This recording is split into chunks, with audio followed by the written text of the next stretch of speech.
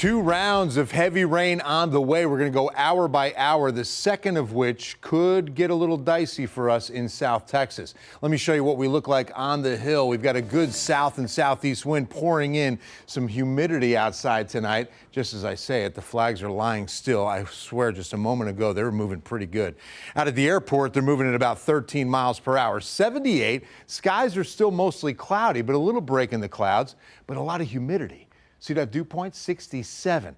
And let's go back to the winds for a moment because they're going to be real gusty by morning. Out of the north, about 18 to 20 miles per hour, and temperatures are going to drop. We're going to get a little bit drier on the air. It's going to be a really good looking morning, but a round of rain is going to come along this frontal boundary, and those north winds won't last long. As soon as we get to tomorrow night, they're back to the east and southeast where they are right now. In fact, take a look at the dew points responding to that Gulf wind. 72 Seguin, 73 Victoria. That's down from 75. A lot of Gulf moisture in place. This atmosphere ramped up. All the rain we've seen so far, one isolated thunderstorm developed south of Timberwood Park, rolled up to Canyon Lake, didn't even make it to Buda.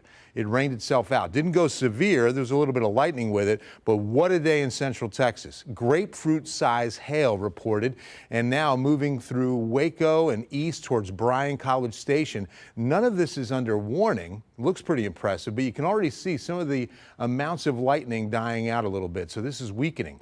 We do have some warnings across East Texas over to Lufkin, but this is mostly flash flood concern. There were several tornado warnings in the Waco area this afternoon, but right now, watching this severe thunderstorm warning for Gillespie County. This storm will not affect Fredericksburg. It's moving east at 25 to 30 miles per hour. Got some small hail in there. Winds are about 55 or 60 miles per hour, but it's moving quick enough, and it will stay north of Fredericksburg. So if you're in Fredericksburg, you're going to hear the thunder, but you won't get much of that heaviest rain.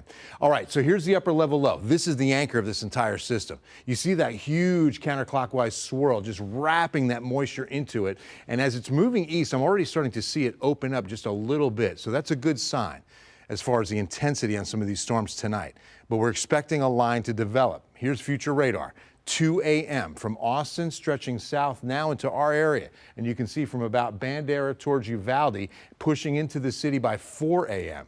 There's about a 1 out of 5 chance those storms produce hail, but they're gone by 7, 8 a.m. at the latest, and we're off to a really nice looking day tomorrow.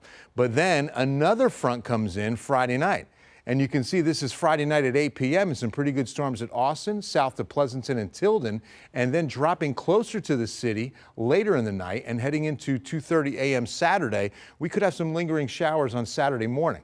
Now on Friday night, look at the reach on a 2 out of 5 chance of severe. From Laredo all the way up to Dallas, pretty good piece of Texas is under a slight chance of seeing severe storms. Again, that's Friday night.